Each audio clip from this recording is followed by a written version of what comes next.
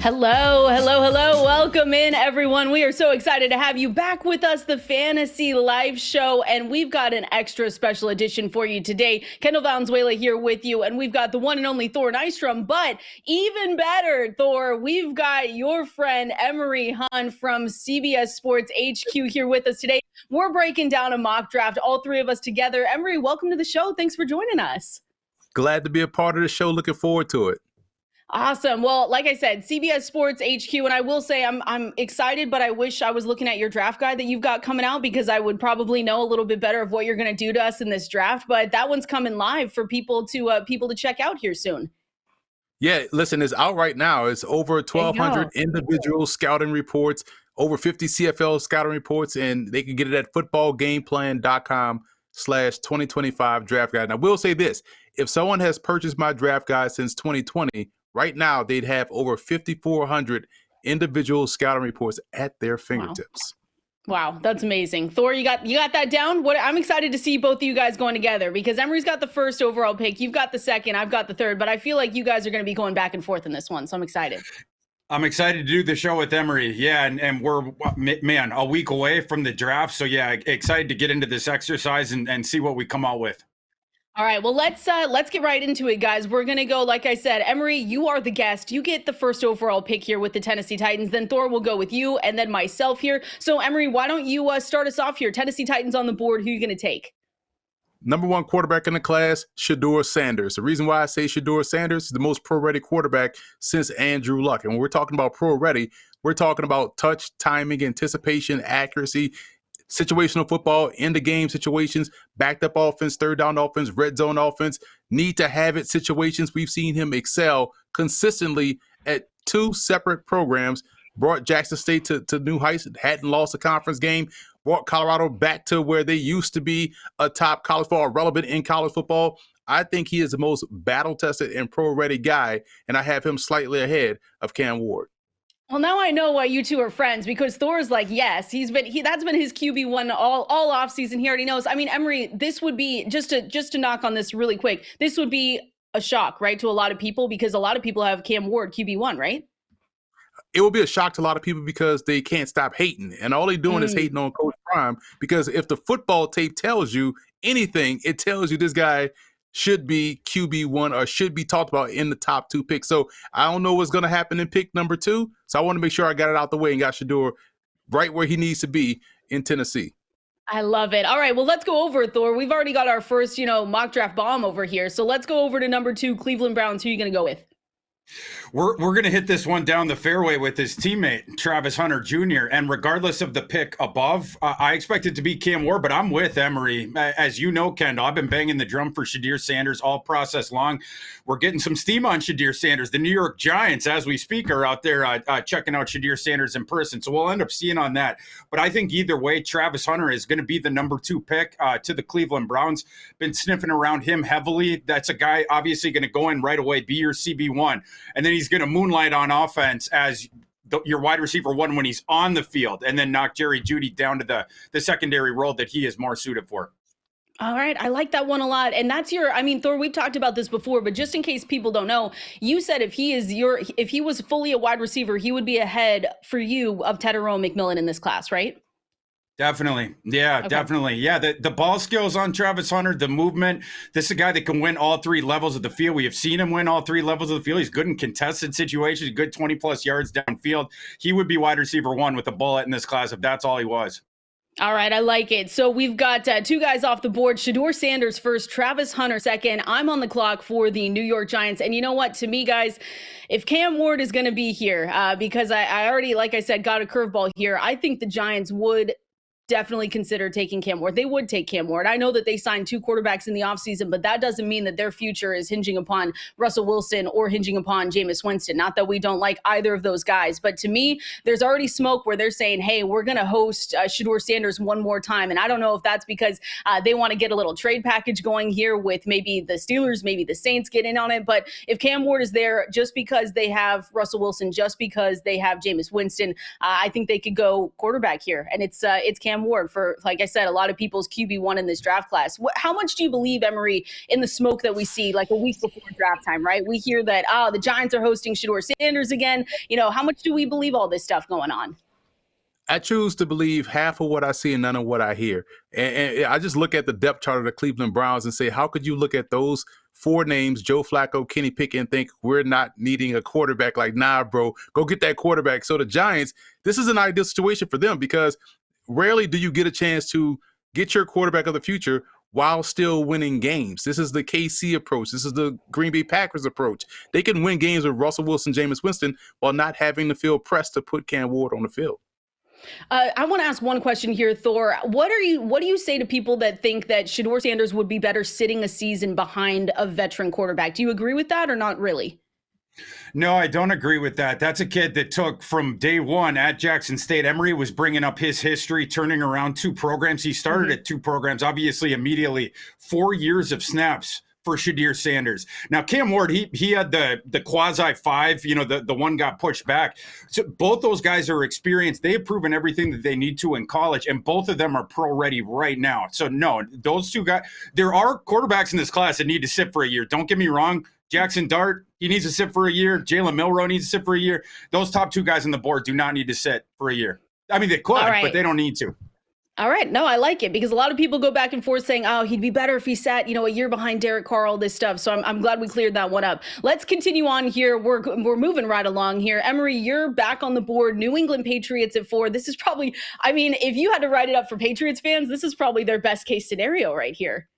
Right. This could be a potential trade out spot. It could be a potential lock Mike Vrabel up to where he has to fight the temptation to take Abdul Carter here, but they got to do right by quarterback Drake May and get the best tackle, I believe, in the class, and Will Campbell out of LSU.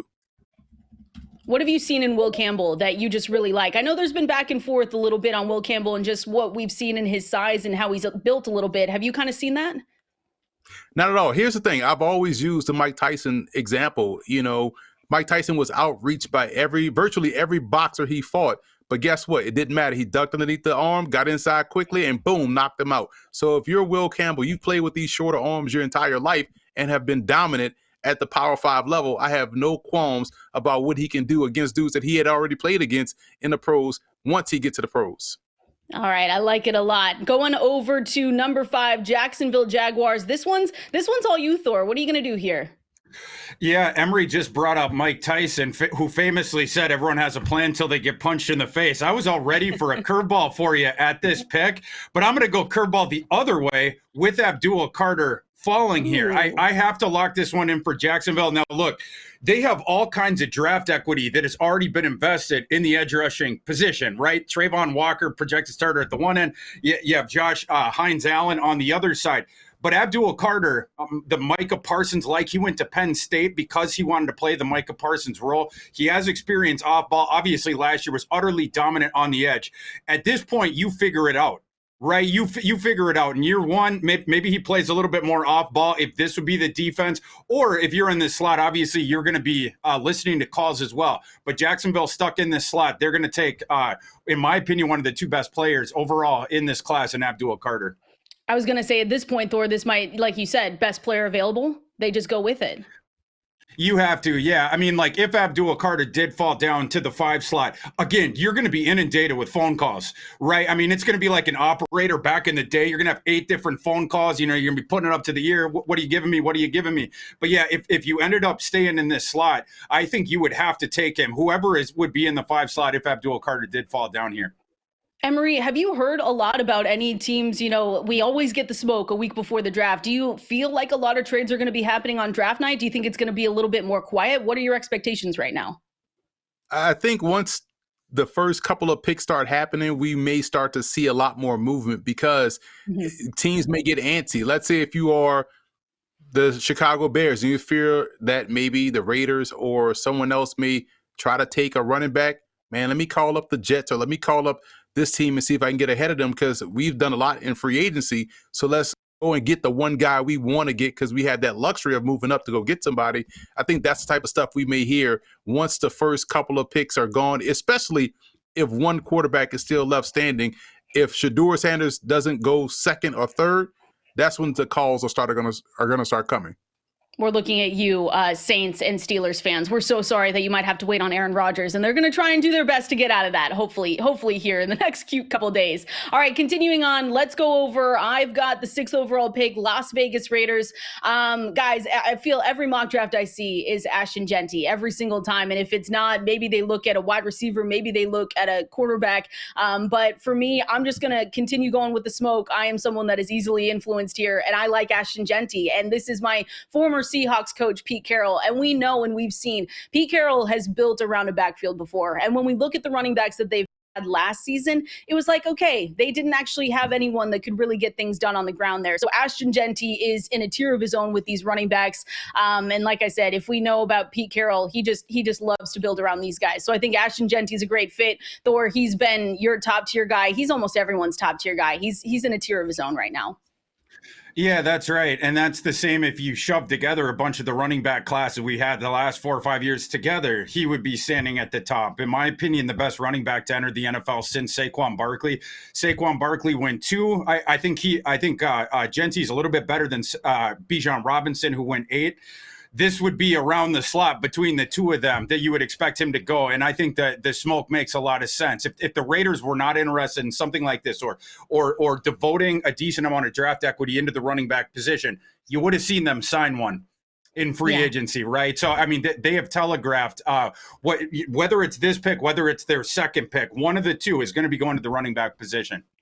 I love it. Again, chalk. I'm going to go chalk here. I'll leave the craziness to you two, and we'll see how it goes. But we've got the New York Jets here back on the board. Emory, that means you're back up. Who are you taking for the Jets at 7? Yeah, there's a couple of options here. I can go Mason Graham. I can go Tyler Warren, who would be an ideal fit. But I look at the fact that Shedeur McMillan didn't get selected by the Raiders, who also need a wide receiver like you touched on, Kendall. So I'm going to go ahead on and make the pick for him. I'm going to get Shedeur McMillan and give Justin Fields another weapon on a perimeter to team up with Garrett Wilson. Hopefully, maybe back in the draft, I'll try to trade up or do something crazy to get a tight end. But I do like the fact that this is the bona fide number 1 receiver, a true X receiver, and it helps balance out that Jets offense. And in your, in everything that you've done up until this point, in everything, Emory, what have you seen with the wide receivers? Like, how far above is Shedeur McMillan from all the other guys? Again, someone else that's maybe in a tier of their own where you just want to get him and move on?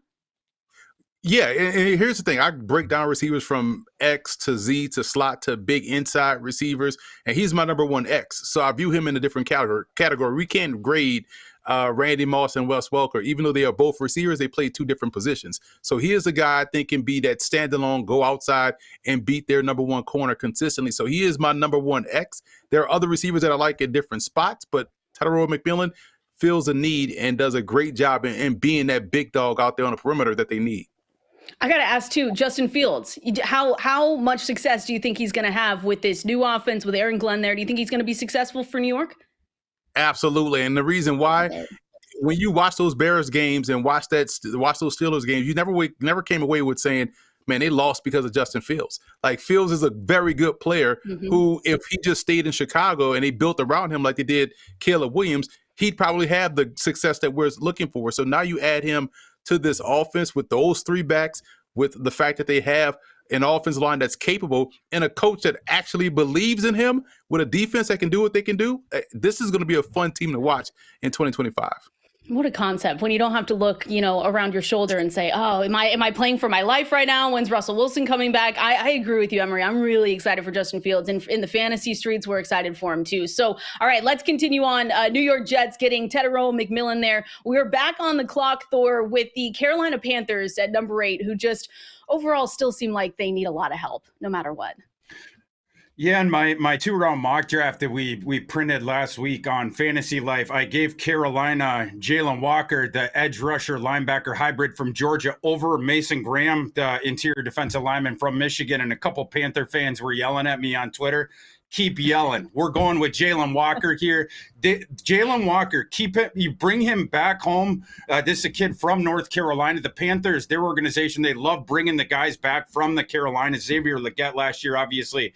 And Jalen Walker is a perfect fit here. Now, of course, they need help on the interior defensive line as well, but Carolina brought in multiple guys to try to flesh that out. The projected starting edges for Carolina right now, Jadeveon Clowney, DJ Wanham with essentially nothing behind them. You also have the off-ball linebacker utility with Jalen Walker, both the sideline to sideline run defender, also the quarterback spy when you don't want to send him after the quarterback off of the edge. But either way, I think this is a really good fit, both organizationally, the way that they, again, bringing the kid home, but also as far as the on-field personnel. Jalen Walker fills a bigger need at this point for Carolina, so that's who we're going to send to the Panthers. Do you expect maybe, Thor, a turnaround this season? I know that in fantasy football, we talk about Bryce Young. We're like, hey, he wasn't bad last season. But when you look on the offensive side, they really dedicated all of their offseason to the other side of the ball. And they said, hey, we got to get better on defense. Do you think that they go into this draft and maybe get another wide receiver, just maybe some more help for Bryce Young? I expect to turn around to the defense because the bar is literally on the ground. Statistically, they cannot get worse. And of course, they prioritize it. So we'll see how much better it ends up getting. And this selection, that's going to have a lot to say with that as well. I'm pretty confident that they will be going with defense and, with their first pick. But yeah, last year was a travesty, both in terms of the personnel, but then they started to have the injuries start piling up on them. So yeah, Carolina will enjoy a much better defense this year than they had last year. All right, continuing on, we are moving right along here, guys, with this mock draft. Let's go over to the New Orleans Saints, who, again, I didn't know Emory was going to come out and just take the quarterback that I wanted to give him. We've heard all this stuff that maybe Shedeur Sanders is going to be the one that falls to 9 for the New Orleans Saints. The latest news is that Derek Carr has this shoulder injury that they have said has put his 2025 season into doubt. They said that everything's on the table, including surgery, which is big. I can't imagine that they did not know this, though. That's the other part of this. They knew this coming into the draft, that maybe he wasn't going to be ready to go unless it was something he just did a couple days ago. So I think 9, though, is too early to go out and try and get a Jackson Dart, who would probably be the guy they go and get. I'm looking at maybe the best guy available here. They're not a quarterback away from winning, so maybe they can wait here. Give me Will Johnson let's go Will Johnson from Michigan. I think it makes sense to go with one of the best players available, and that's going to be an immediate contributor to a team. Again, if you go and get a quarterback, but now that Shedeur Sanders is gone, now that, Cam Ward is gone, anyone that you go to after might not help your chances of winning too much. They can wait as well. So I'm going to go Will Johnson here out of Michigan. Thor, where do you have him in your ranks, by the way? I didn't check before this show. Where do you have him? If we're not counting Travis Hunter as a cornerback, Will Johnson would be my CB1, obviously CB2 if we're counting Travis Hunter as the cornerback. And yeah, the Saints obviously have a need for a boundary cornerback, and Will Johnson, who is working out for the NFL in the past couple of days, could definitely fill that. Emory, someone that we could maybe see trade if this doesn't go the way that our mock is going, if Shedeur Sanders is there, that's someone that you said, hey, maybe they get a little bit antsy and they need a quarterback for 2025. If Shedeur Sanders is there, that means the Giants and Browns did something egregiously wrong. But I'm glad you didn't go Jackson Dart, because we watched Jackson Dart throw 3 interceptions in 2 minutes in a game that they need to win to go to the postseason. I am so out on Jackson Dart. The Saints could also use an offensive lineman here, and that's why I think this is a valuable pick for New Orleans, who seems to always be in cap situation purgatory, but they always seem to make $5 stretch for somehow. I don't know how they do it. But they could trade down and still get a guy that they like in terms of a positional player. Because Spencer Rattler, according to NFL coaches, actually played really well last year and has a lot of talent. And I think you build the team up to kind of quarterback proof your roster and let him go out there this year and rock out. Yeah, I mean, they've got him on there. They've got Jake Haener. Not to say that that's the same, and maybe they're in on the Aaron Rodgers experience, but we'll have to see. That's going to be a big decision there at number 9 for the New Orleans Saints. Now, let's go over Chicago. I will say, Emory, that our producer Matt Swing is a Chicago Bears fan, so I hope you make his day a little bit better. Who do you have him taking here with the 10th overall pick? They've done such a good job in free agency to where this could legitimately be anybody, right? They can go and get the best player available. So I think they also could go and get the cherry on top offensively with a running back in Amari and Hampton out of North Carolina. Big fan of what he brings to the table. He has the vision, the burst, the footwork, the balance, and is faster than Ashton. Genty has much more burst and explosiveness. So I think this would be a home run hire. Actually pairs up perfectly with DeAndre Swift, who's more of your wiggle type back, a guy that's very elusive. So you got that 1-2 punch, something that he had out there in Detroit. Thor, I know we've talked about Amari and Hampton a lot. You're number 2 running back after Ashton Genty. Yeah, he is. And you know, the big back with the home run speed, he breaks tackles going through the hole. Your arm tackle, your off angle attempt will not apply to Amari and Hampton. Once he gets out to the second, third level, he can access that low 4.4 speed, and that's where he becomes the home run hitter. So yeah, Chicago definitely going to be sniffing around here. You bring in Omari and Hampton, he becomes the David Montgomery. Then you can kick Swift to the Jahmyr Gibbs role. So that's something that more comfortable for Ben Johnson, maybe make things a little bit easier for Caleb Williams year one in that system. You guys are making us fantasy managers excited now.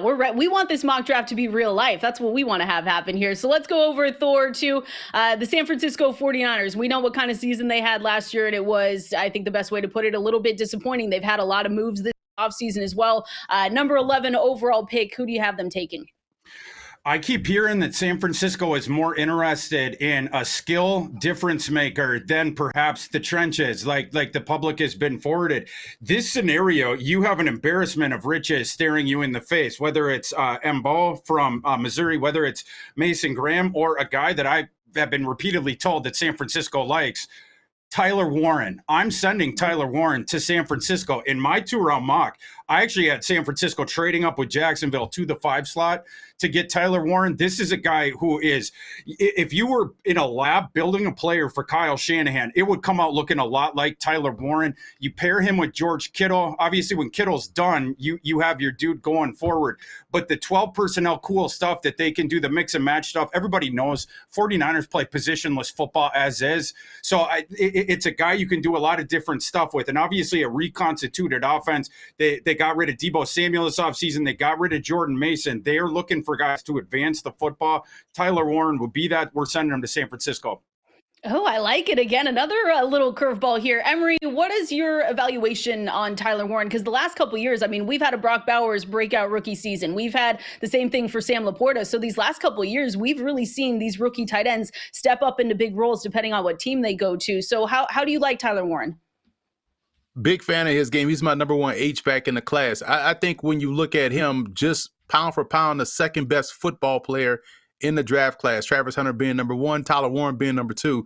And he enhances your playbook once you get inside the red zone, not just as a wildcat quarterback where he can just run tight end power, but he can actually throw the football. So this is someone that is going to be utilized all across the formation, gives you so much flexibility. And going to Kyle Shanahan offense, we know he's going to utilize 13 personnel with the amount of talent that he has on that disposal. And all 3 of those guys can do multiple things to their offense. I like it. I like it a lot. There we go. Again, you're singing to fantasy managers' ears. Tyler Warren going over to the San Francisco 49ers. So I'm not going to disagree with that one at all. Going over to the Dallas Cowboys at 12. There's been back and forth on this one, guys. They're not. Ashton Genty is going to be long gone by this time unless they really want to make a big move. Dallas needs a running back, like, badly. Javonte Williams, no offense, but it's just one of those things where after that injury, he was just never the same, and they need to get someone in there. But I don't think that's where they're going to go right here. I also think they need another player. They need a better number 2 option with CeeDee Lamb. This might be a tad rich for Matthew Golden, but that's the way that I'm going to go here, because I've heard everything, that they just love Matthew Golden, that that's the way that they want to go. And it really does fill one of their top 3 needs that they have in this draft. They've got picks 12, 44, 76 right off the top. And I think because this running back class is deeper than we've seen in years past, that they could maybe go ahead and wait on that running back that they definitely need, but they could wait maybe till 44 and say, all right, this is where we get our guy. But because this wide receiver class isn't as strong, isn't as heavy hitting, I think they go Matthew Golden here, which I don't know, Emory, it sounds fun. Get a number 2 next to CeeDee Lamb. What have you seen in Matthew Golden? How much do you like him? He has, I would call, a certain grace about his game. Fluid athleticism, able to contort his body in a variety of ways to make the grab. I don't think he runs 4.2. I think he's probably more along the lines of a 4 or 5 guy, but he does a great job in just winning at all levels, short, intermediate, above the rim. Very good wide receiver. I was shocked you didn't go offensive line right there with with Tyler Booker right there, but I understand the need for someone outside on a receiver for Dallas. No. Yeah, I know. I'm just trying to make the fantasy managers happy. I'm trying to make myself happy. I'm like, okay, if they're going to mess things up and not get a running back again, at least we can say, oh, well, at least they got, Matthew Golden, who Thor, too. I mean, we've talked about this before. He really rose up the ranks in the pre draft process. That was someone that was on the radar, but after these last couple months, he's right there. Yeah, and I would say really it started the last month and a half of the season when Texas realized, all right, Isaiah Bond's not it. Isaiah Bond's the guy they brought in from Alabama to take over the Xavier Worthy role. They tried him as the wide receiver one at the outside of the season. He banged up a little bit, but the inconsistency was ridiculous. And down the stretch there, Texas making their push to the SEC title game, making their push into the college football playoff. That's when you start to see Matthew Golden leveraged. And for the first time ever in his career, he sort of steps into that role, right? Like as a true freshman at Houston. That was Tank Dell's last season there, right? They also had Samuel Brown on that team. And then the next year, Matthew Golden got injured right away, early October with Houston. That wrecked his season there. This past season finally gets into that situation, the latter half of that of the season, where they were targeting him and using him as the wide receiver one. And he started destroying people. In fact, I'll go this far, Kendall. If Matthew Golden doesn't get injured right before halftime against Ohio State in the semis, everybody talks about the TreVeyon Henderson 75-yard delayed screen touchdown to flip that game. The other thing that flipped it was right before that, Matthew Golden getting hurt. That destroyed Texas's offense. The second half, they couldn't fight back. You might have seen a different team win the national title had that not happened. But Matthew Golden, I think he's in play here. Dallas keeping him home, I think would be cool as well. So yeah, thumbs up for me. All right, let's add Matthew Golden to this Dallas Cowboys offense and see what happens. Continuing on, Emory back on the board, number 13 for the Miami Dolphins, who don't have a shortage of drama this offseason, but curious what you do here. Well, you took Will Johnson from me off the board, so I will stop the fall here for Mason Graham and give him a home right there in Miami. I think they need help on the interior. Booker would be a good ideal fit, but I know certain coaches tend to be so married to their scheme. You just sometimes need guys to move guys up out the way. Booker does that, but so we're going to go with someone on the opposite side and help them up front along that offensive line. They got edge rushers out the yin-yang. They need someone on the defensive line. I like Mason Graham here out of Michigan. All right, I like that pick. Stop the fall for sure, because 13 is, I've seen him go a lot higher than that. So I like that one a lot. Thor, number 14 with the Indianapolis Colts. I mean, I thought Tyler Warren might be there for them, but you kind of messed it up there. So what are they going to do here in Indianapolis? If Emory hadn't just done what he had done, this would have been the first mock draft for me, all process, where I did not give the Colts a tight end. We would have been stopping the fall of Mason Graham with this selection. But since Emory grabbed him off the board, we're going back to the well, baby. Send Colson Loveland to the Colts, the tight end position, right at the outset of this offseason. The Colts, they said tight end is our biggest area of need for next season.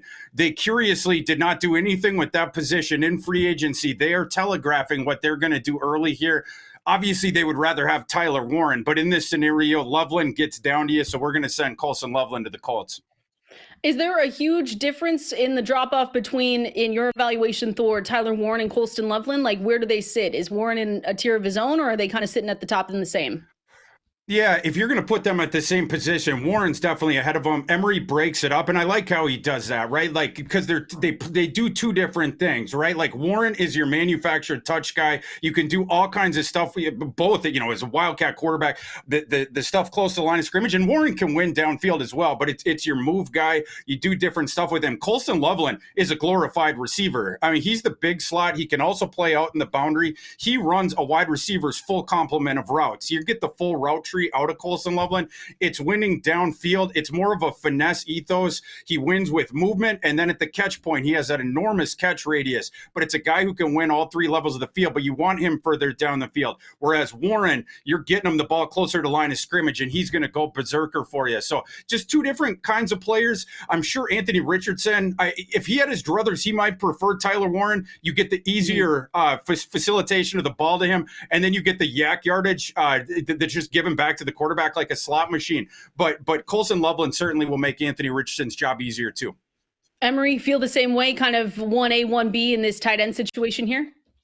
Yeah, and an example you bring up is what San Francisco has. You have an inline guy, you have an H-back guy, you have a fullback, right? And so all three are tight ends essentially that are all on the field at the same time that can bring different value to the offense. And I can see the vision here with Loveland and also Warren. So again, I have Loveland more as an inline guy because I like the offense that he was able to block in at Michigan. So you kind of can get versatile with how you use some of these guys. It wouldn't surprise me to see a team like Indy double up on that position as well. Oh, okay. I like that. They just need someone that can contribute right away because we haven't seen that in a lot of their drafts. And it feels like whether it's Warren, whether it's Colston Loveland, those are two guys that can help contribute and hopefully help this team win with Anthony Richardson there at the helm. So I like that a lot. Let's go over to the Atlanta Falcons. I'm back on the board here, guys. Pick 15. You've got Mike Green there, but I think I'm going to go Jihad Campbell, linebacker out of Alabama. I just like this pick. I know that there's probably going to be back and forth if both of these guys are on the board here at this point. 6'3", 235, 4'5", 240 at the combine. I just really like him. I think he fits with Atlanta. So I'm going to lock him in right here with the 15th overall pick. And we're going to continue on and moving right along here over to the Arizona Cardinals, Emory, who at pick 16, I've seen them, let's go get a wide receiver. Let's go. I've seen a lot of things, a lot of different things for the Arizona Cardinals. So what are you thinking here with 16? Kenneth Grant out of Michigan. They drafted Darius Robinson last year in the first round, who got banged up. Very good point of attack player. Now you strengthen the point of attack as well. You hope he comes back full strength. And Kenneth Grant, we saw what he did for Mason Graham's job and opportunity. I think he can do the same for this defensive front. This is a very underrated defensive personnel grouping for the Arizona Cardinals on that side of the ball. Getting someone up front that can command a double team, but also has potential as a one-gap penetrator. I like Kenneth Grant here as well. I was hoping he was going to fall, Emory. I was ready to make some of my later picks with him because he's just like, he's got that rare combo of he's got the size and the quickness. And then you look at the PFF grades, 87.5 run defense grade, 90th percentile. He's good. I was hoping he would fall. Dang, that's fine. That's totally fine. All right, we'll continue on here. But before we do, let's hear from our friends over at Bud Light. Hey, you know you're not actually allowed to drink in a beer commercial? Since when? You gotta wait till it's done. Oh, 5, 4, 3, 2, 1. We're going through our mock draft right here. The draft just around the corner. Emory Grant joining us today, which we are so excited about. Of course, we've got Thor Nystrom, and we're going to continue on, Thor, with the Cincinnati Bengals now on the clock at pick 17. Who are you going to go with? We're going to go with Armand Embo from Missouri, who has fallen down here. This is deeper than I've seen Armand fall down the board. Cincinnati, you need more of the interior offensive line. Their guard situation isn't very good. There's been a discussion with Embo of, is he a tackle? He was a dominant right tackle for Missouri in the SEC, particularly last year, but a spot that he had the last 3 seasons there.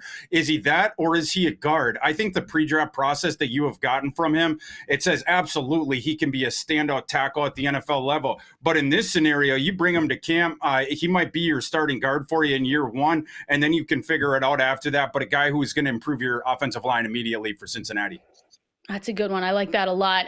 Continuing to number 18 for the Seattle Seahawks here. And just hand up for everyone listening, and they know I'm a Seahawks fan. So really, it's just been kind of somewhat of a personal hell these last couple months, guys. And I could fix it, right? I could fix it right here. And I could say to myself, well, they need a wide receiver, right? They can't just go into this. They can't just go into the season and say, well, it's only going to be, JSN. And then we're hopefully going to have a good amount of luck with the other guys that we signed. One of them being Marquez Valdez-Scantling, Cooper Kupp. I could do that. But I think the bigger problem here that has always been happening in Seattle is that offensive line. Because can you imagine Sam Darnold with a bad offensive line? He is not a good pressure quarterback. If he's getting that pressure, he is going to fold. Geno Smith did a way better job than people give him credit for the last couple of years, trying to mitigate how bad that offensive line was. So I'm going to go with Gray Zabel here, North Dakota State, because they are in serious need, and I just need them to stop what they're doing and stop what they've done the last couple of drafts where they say, hey,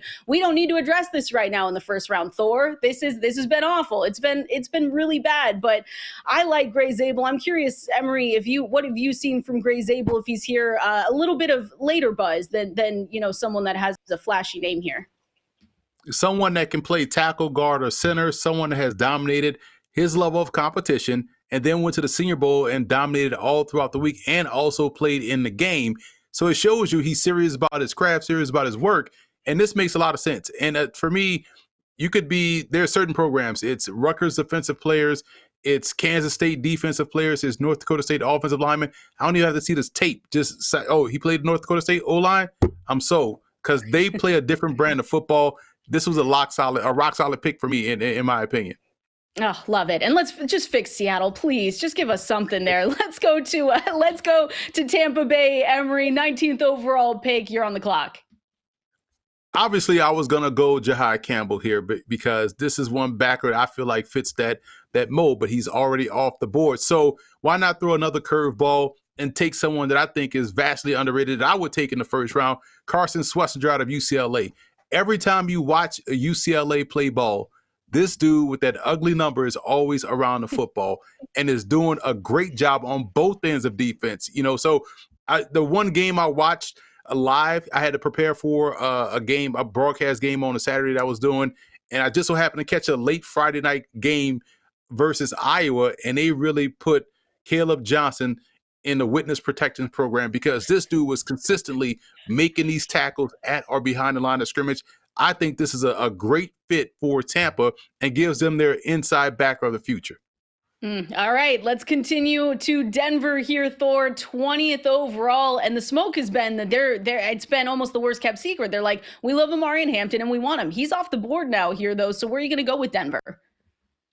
Yeah, if Hampton's gone, Denver, you're looking at the top two receivers are gone as well, right? I mean, a team that has been looking at the skill talent, would they defer off of it, or do you grab the next guy at the train station on either one?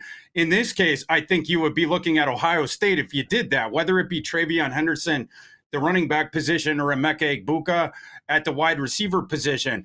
I'm going to go with Emeka Egbuka here. I really feel like Denver is going to take – Bo Nix needs the skill help, right? I mean, they sort of got through with smoke and mirrors and bubblegum last year. The more skill talent that you give him, the better that offense is going to be. And I know if they had their druthers, they would take that running back. They have eyes for Omari and Hampton. They could have done stuff with the running back position in free agency. They didn't.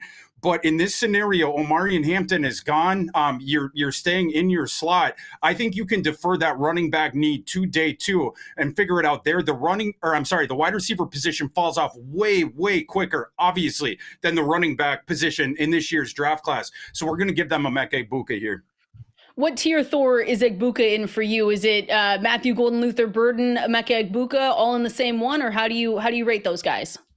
It would be Hunter in his own tier, McMillan in his own tier, Golden probably in his own tier, and then I would have Egbuka and Burden like in the next one, and then the Iowa State kids right behind them in Higgins and Noel. That's sort of how I see the wide receiver class.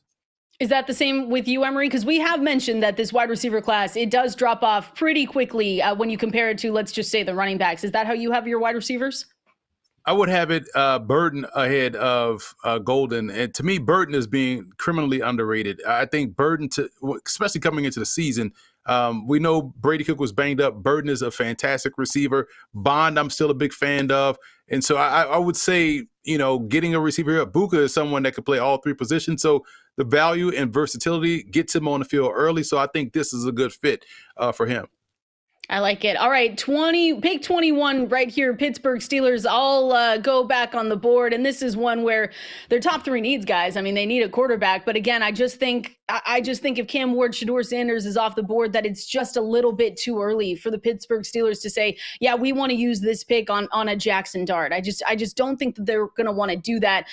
So I'm going to go with, let's do Derek Harmon here, out of Oregon, because we saw Khan and Mike Tomlin kind of go to him and think that maybe that could be this long-term success plan for Cam Hayward, who's, I believe, 36 in this coming season. So I like this one. I think that they just need to kind of shore it up and then see what they have to do. They also need a running back. I mean, they need some offensive skill players here. But again, I think that this is one where they say, hey, let's just get Derek Harmon off the board and try and get those guys a little bit later in the draft. So that's where I'm going to go here.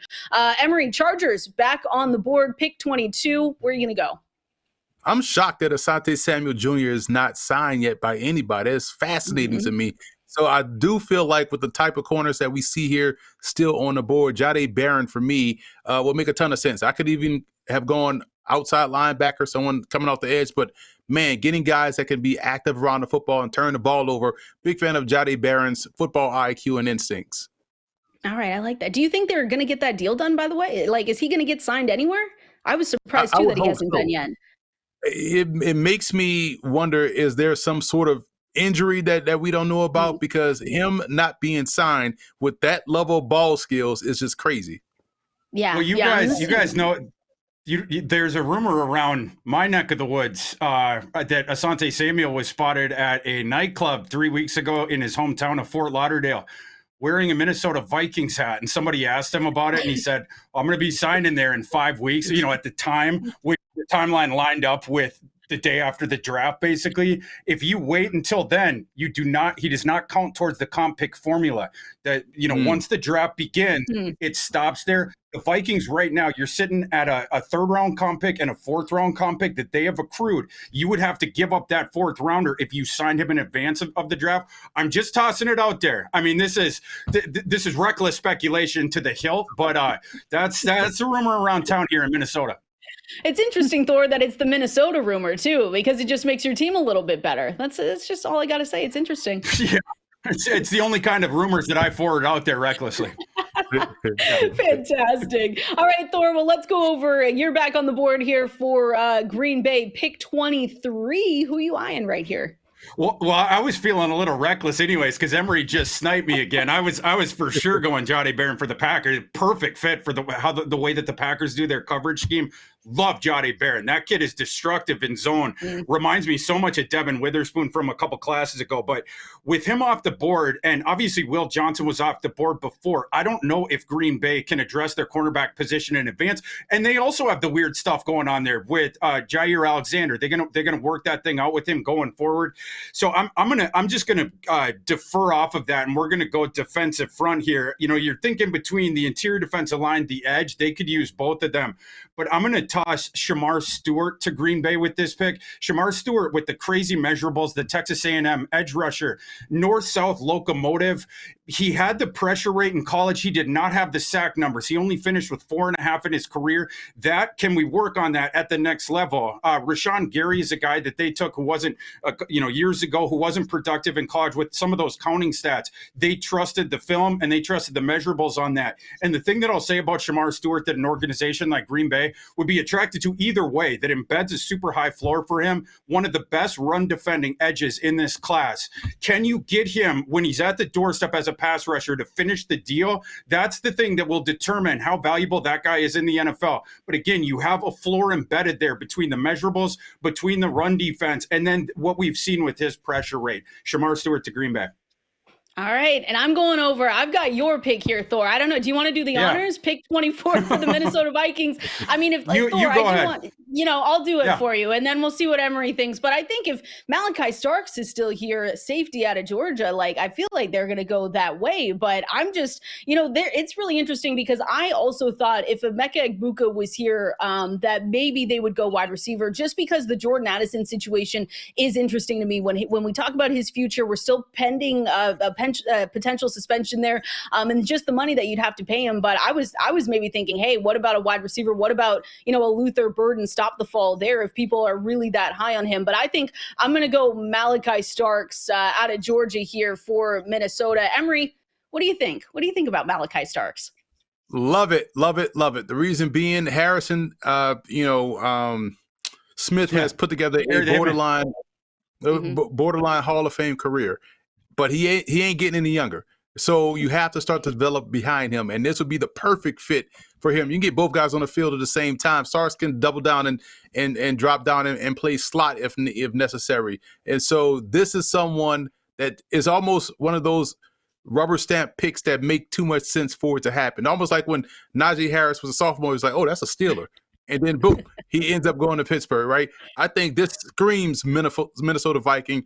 I hope it happens because it just makes so much sense.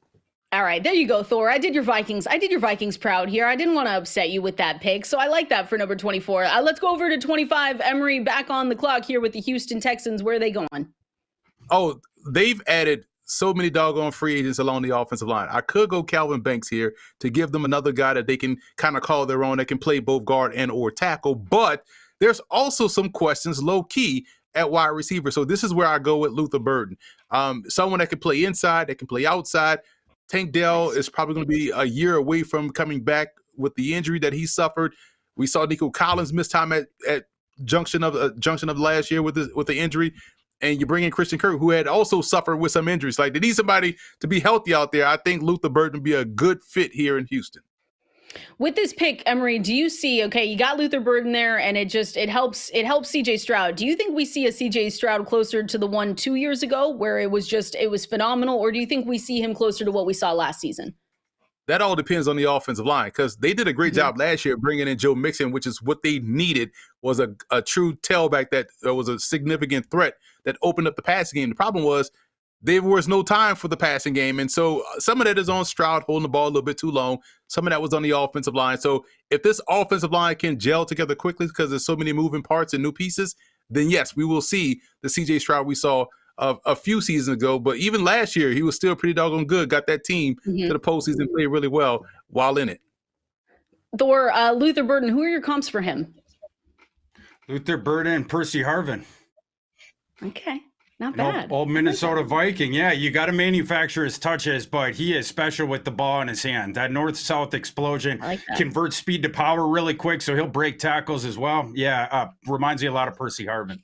Okay, singing music to our ears right here. Thor, back on the board for the Los Angeles Rams, pick 26. What are you thinking here? Emory brought up the name Kelvin Banks Jr. We're going to pop him right here for the Rams. The Rams, they brought back, Havenstein, he has the one more year on his contract, right tackle. They brought back Alaric Jackson at left tackle. But this pick would signify, Kelvin Banks, you are taking over right tackle after this coming season for Havenstein.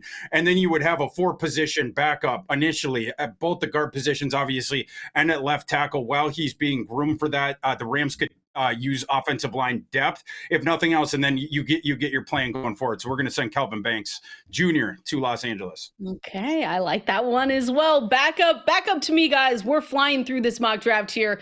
The Baltimore Ravens, it feels like every single season they just do it right in the NFL draft. I'm going to go with the edge here out of Boston College. I don't think he's been taken. Donovan Ezeraku, and I don't know if he couldn't be gone in the NFL draft. Long gone when we get to the 20s here. But I think that he's like, this is the depth of the pass rushers that we've talked about here. So I'm going to go with him for, again, the edge out of Boston College, but I'm going to go with him for the Baltimore Ravens. And we're going to continue right along here and go over to Detroit. 28. Emory, you're back up. What are you thinking? I'm so glad you took Ezeraku, because I am going to take Mike Green out of Marshall, someone that's a heavy-handed pass rusher, something Detroit needs, someone additional outside of Aiden Hutchinson. We saw what that looked like last year when he went down. They need more, and guys that can come in and do more as a rusher. I like the fact that Mike Green is battle-tested. We went through the very tough Sun Belt Conference. I call it the Sun Best Conference for obvious reason. You see over my shoulder. But also when you think about what he does well, he plays the run on the way to the quarterback, and I think when you put him and Hutchinson on his field at the same time in obvious pass rush situations, you're cooking with gas. All right, Thor, how are you feeling about this mock draft so far? You got your guys going to the right places? What's the overall take so far before we wrap it up? I'm feeling pretty good so far. Yeah, okay. I think I think we're doing good. All right, I like it. Well, let's continue all the good stuff here and go over to Washington. Thor, back on the board, 29, a team with Jaden Daniels, loving it for fantasy football. What are they going to do to get back to the playoffs right here? We got an edge run going here. I'm going to take the third straight one with Michael Williams from Georgia. Washington, they have been all over the edge class this pre-draft process, and they want a two-way one. They're willing to give up some pass rushing in order to have the guy who is reliable against the run and will set the edge. They were getting furious with Dante Fowler there, even when he was piling up the sack numbers because he wasn't setting the edge for them. They will prioritize run defense on the edge. It's something we don't talk about as much with the edge defenders, is the run defense aspect of it. Michael Williams is one of the best in this class as well. It's him and Shamar Stewart are way up there in terms of setting it. He was 90th plus percentile in that last year. Michael Williams in run defense grade, PFF. So we're going to send him there. It's a rangy kid. Obviously, he has the athletic tools, very long as well. So Michael Williams would be a very good fit for Washington. They would be thrilled with this scenario. All right, I'd be thrilled with it too. For our Washington Commanders, everyone's Washington Commanders. It was fun to watch them last season. All right, I'll go back on the board here for the Buffalo Bills at pick 30, and I'm looking at this and I'm thinking to myself, all right, well the Buffalo Bills need a cornerback in the worst way possible. 2024, they ranked 31st in the NFL in team PFF coverage grade with a 42.9. It just wasn't good for them over there. So give me. You know what? We're going to go cornerback out of Mississippi. Let's go with Trey Amos on this one here, because I just think he's a good option. I think he's got good size. He's got good movement skills as well. And like I said, I mean, Emory, they need help right there. There's no other way to put it. It was bad last year. Yeah, it was. And Trey Amos is someone that started his career at the University of Louisiana before he transferred. Maybe I got to start throwing my weight around with this NIL stuff, right? Keep our guys in house. But, he did a great job transferring from us to Alabama, but then from Alabama to Ole Miss, got significantly better at Ole Miss. I love his man-to-man cover skills, press skills. We know because he played at University of Louisiana, he's a smart football player. So at the end of the day, this is a great pick by you. There we go. All right, Kansas City Chiefs. Let's see what they need to do here. Everyone loves to hate them, Emory, but they've got the 31st pick in this year's NFL draft. Who do you think they're going to target? No one player made more money in the postseason than Donovan Jackson out of Ohio State because we thought it was going to be a liability for them to kick their star guard out to tackle. And this team in particular, we saw what that looked like in the Super Bowl. But Donovan Jackson did a fantastic job out there to where people was like, hey, maybe he could be a tackle. But it's the fact that he can play both at a high level fits this offensive line for Kansas City. I almost went edge rusher here. I almost went James Pierce, but I fought the temptation and helped that offensive line because we saw Patrick Mahomes looking far too much at the ceiling of the Superdome on Super Bowl Sunday. I like it. And they do, like you said, they need a little bit of help. Maybe people don't want them to get any help, but that's okay. That's a conversation for another day, Emory. All right, Thor, wrap us up here with the Philadelphia Eagles, another team that just, I don't know, Thor, every single year it seems like we say, how did this guy fall to the Eagles? How were we able to get this guy over there? So 32nd pick overall, where are you going? It's happening again. A team. What do you give for the team that has everything? Well, they lost Milton Williams, and now Walter Nolan has fallen right into their lap. So we'll replace Milton Williams with 5 years of the rookie contract to Walter Nolan. I think this pick would make a lot of sense. Walter Nolan, he compares his own game to Aaron Donald. That might be a little bit above his import, but you have the same thing of the super duper strong. Super duper quick, country strong, slightly undersized 3 technique. Walter Nolan ransacks the backfield, whether it's against the run, whether it's against the pass. He's shooting the gaps, he's getting into the backfield, and he's creating havoc.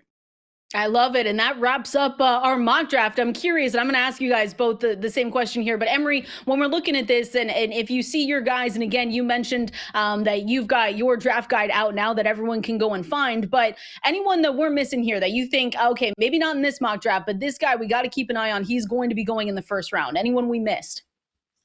Shavon Ravel out of East Carolina, the 6'2", 190-pound corner. Had he not had the injury, he would have probably gone top 10. And again, I think Adrian Peterson ruined it all for us, thinking that, this is just an ACL, you come right back. Not everybody's body responds the same to injuries, but all things I've heard about his recovery, it looks as though he's going to be ready to go. Not less necessarily the first quarter of the season, but you're getting yourself a tremendous corner with ball skills and explosiveness. Thor, same question to you. Anyone that we might have missed or anyone that you think could maybe sneak into the first round of this draft that's just right around the corner? Yeah, I'd say Josh Simmons, the offensive tackle from Ohio State. And then I'd probably say Maxwell Harrison, too, the Kentucky cornerback who ran the fastest 40 at the NFL Combine. Those guys both certainly within range to go in the latter half of the first round. There's a shot, of course, that they get shoved out. But there's, of course, we've been doing these mock drafts for months and months. There's going to be a couple guys that are looked at as the consensus first-round guys get shoved out of the first round. Happens every year. Those would be two guys that I would point to. Come on, Thor. No Cam Scattaboo in the first round. What are we doing? It's supposed to be you and I on this train right here. I like it. Yeah. Emory, thank you so much for joining us here today. We appreciate it. Everyone, make sure you go and give him a follow. And Thor Nystrom and myself, Kendall Valenzuela. Appreciate you guys hanging out with us. FantasyLife.com. Just a reminder, that's where you can go and get all of Thor's articles. And while you're there, sign up for that newsletter. 100% free. Appreciate you hanging out with us. We'll see you next time.